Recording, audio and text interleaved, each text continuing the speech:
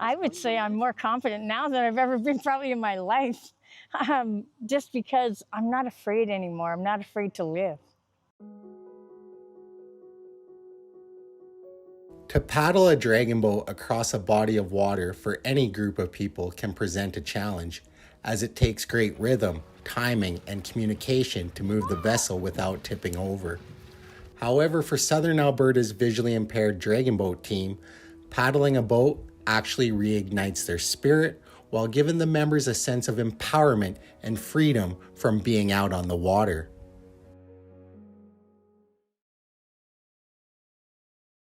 For a long time, I used to have home care coming into my house, you know, putting eye drops, giving me medications and all this stuff. And I basically felt trapped in my house. Like I was afraid to go anywhere because I couldn't see where I was going. And now I'm not afraid to go to the bus stop to take the bus. I'm not afraid to find my way down here so that I can actually go and get into a dragon boat and paddle, you know.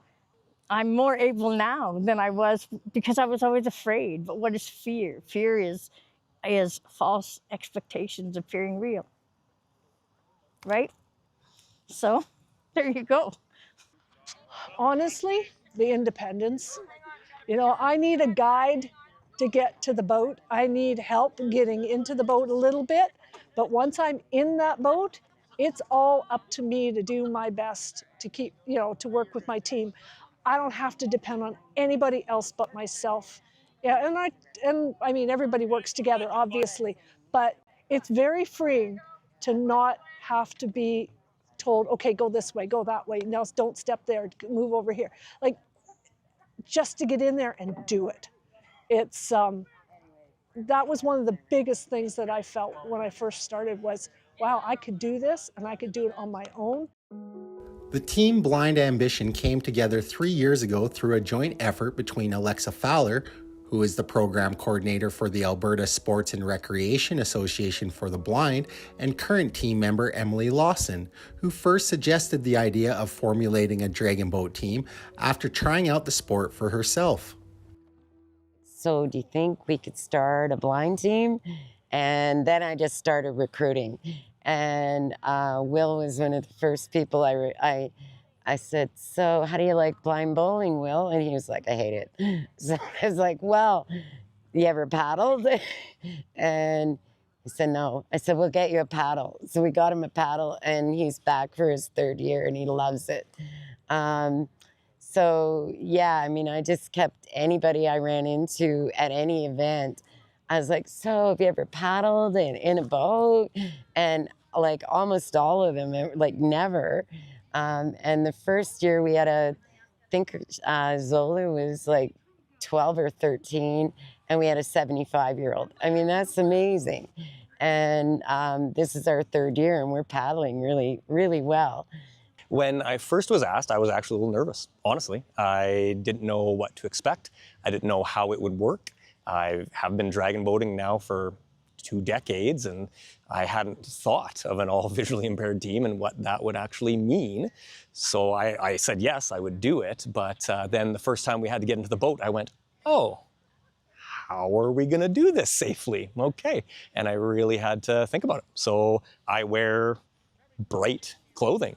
I am very loud. I'm very clear with my instructions. And as someone who's had full sight for their entire life, I had to really kind of check that privilege. And I would say, oh, can you see this over here? And of course they can't see that over there, right? So I had to really be cognizant of my language and give very clear instructions. And so once we got into the boat for the first time though, from the very beginning, it just felt natural.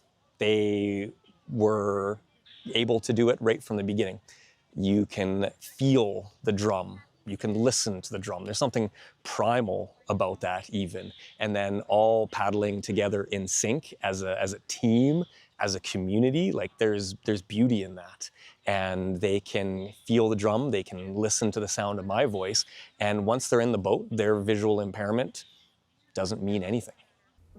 Because all members of Blind Ambition have some form of a visual impairment, steerer Dwayne Piper uses creative training methods to teach and prepare the participants on how to paddle collectively, but also what to do in an emergency situation, since they aren't able to use their eyesight for learning like most people.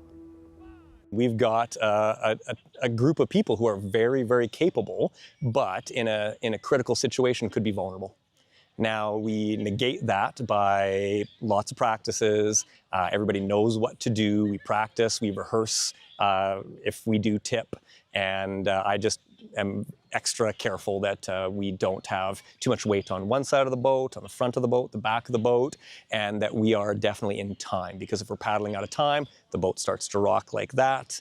And so we just gotta pay extra careful attention to those kind of things. But we also go to the Stan Seawick pool and do what we call a pool plunge. So we do, everybody puts on a PFD and we eventually jump into the water, and we do practices of what to do in case there is we tip and things like that. So there is a safety thing that is done every year. Consistency plays a key role in the lives of those that are visually impaired. Knowing what is where and that we can rely on a certain person or location or an item is very helpful, because then we have to, then it becomes like a hand or a finger, and it just moves, and it's one less thing we have to think about. So one of the things steers love to say is focus in the boat. And that's something that you'll hear screamed into boats all festival weekend long. But when I say it, it's a cue for everybody to breathe and to really listen and to feel each other. And so when I say focus in the boat, for all the other teams I've ever steered for, it's okay, let's be serious here, guys. It's about to start. And when I say focus in the boat with this crew, it's they take a breath and then they all come together as a group and they really listen to my voice. The types of visual impairments team members deal with vary from some forms of usable vision to having no vision at all. So legally blind comes from an ophthalmologist, and legally blind means you're not, it really has more to do with your numbers. So if your vision becomes 50/20, you can no longer drive a car. Legally blind is about 200/20. I'm way up at 2200 at this point. So the reality is the majority of those of us who are legally blind, we have some usable vision. Yeah, we actually have some in the boat that are completely blind. My partner, Will, who paddles beside me, has been totally blind. So I don't see anything straight ahead. And then in my peripheral vision, I have learned that I'm nearsighted, which means it's a little bit more fuzzy and blurry at a distance. I was born with congenital cataracts and optic nerve hypoplasia, which caused most of my vision to not develop. My vision is like pretty blurry. I only have one like good spot. I can't see very good far away or close. I can't like react fast with anything. Like if I'm playing sports, I won't be able to react fast enough to move out of the way. I've been legally blind for 9 years. It started out just with dry eyes, and it got worse. Right now, I can see the image of your face, but not in clarity without my glasses. So I probably can only see a couple of feet ahead of me with a 10 times magnification in my glasses and with some other little things they've done, the specialists on the glasses. I've only had glasses for about 1.5 years. Despite the challenges the sport of dragon boating presents, the positive impacts team members of Blind Ambition continue to receive is endless. I chose to do dragon boat because, well, first I was going to be with a bunch of people that are visually impaired, so it gives me like chances to learn new things and to be with like my community. And dragon boat is a really adaptive sport that anyone can do because we can just listen and all paddle together. Paddling, doesn't take any tech. It's really nice to not have to use tech to do something. And it's really nice to just be able to get in the boat and go.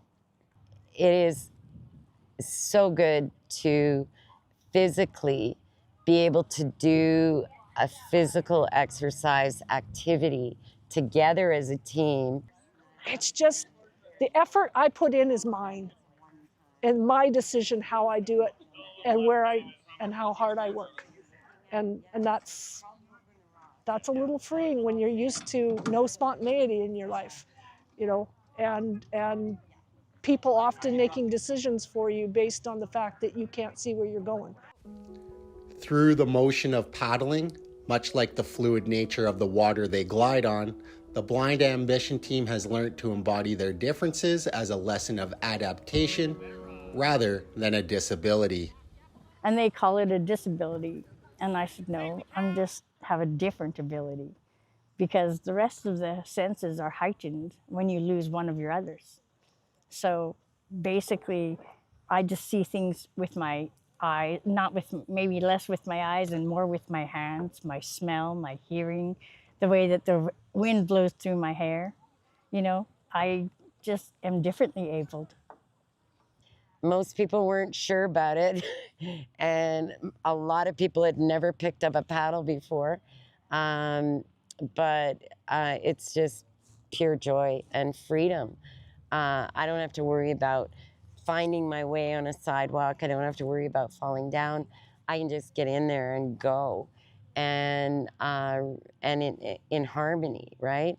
It's kind of like being in a band. It's amazing. For anybody that may have a disability or impairment, that may have a fear of trying something new, what would you tell them? Sorry, it just gets me. That the world is generally pretty kind. You know what? If the blind people can do it, you can do it.